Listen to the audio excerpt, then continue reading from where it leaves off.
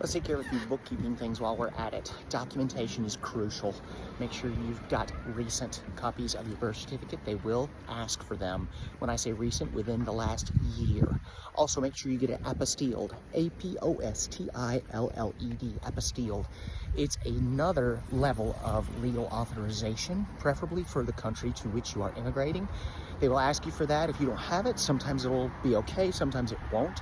I was very fortunate. They still approved my visa and my BSN. They just asked that I get my copies of my birth certificate apostilled before a couple of months. I was like, okay, super. So I sent that off to the Secretary of State.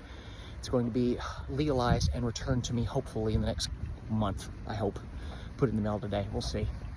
Make sure you've got all your certification for marriage certificates, your children's birth certificates, all of their documentation, immunization records.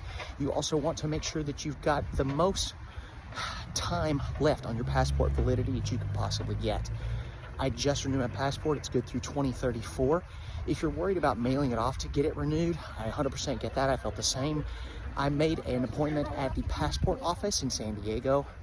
They had it ready for me and back in my hand in about 3 days through the mail.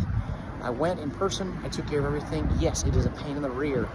Yes, it also gets it back in your hand very quickly. I was incredibly pleased.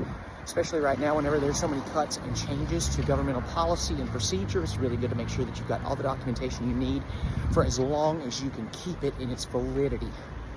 Make sure that you let everyone know which country to which you are immigrating. I hear great things about Portugal, wonderful things about Spain. I am currently in the Netherlands, which I love.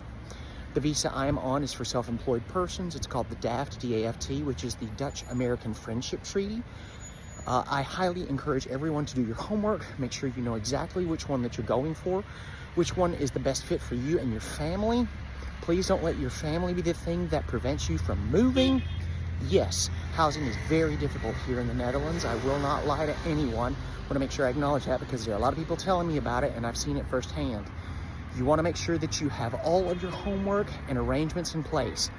Sometimes it's easier to get to the country and start working on your visa. Sometimes it's great to go ahead and get it started before you leave.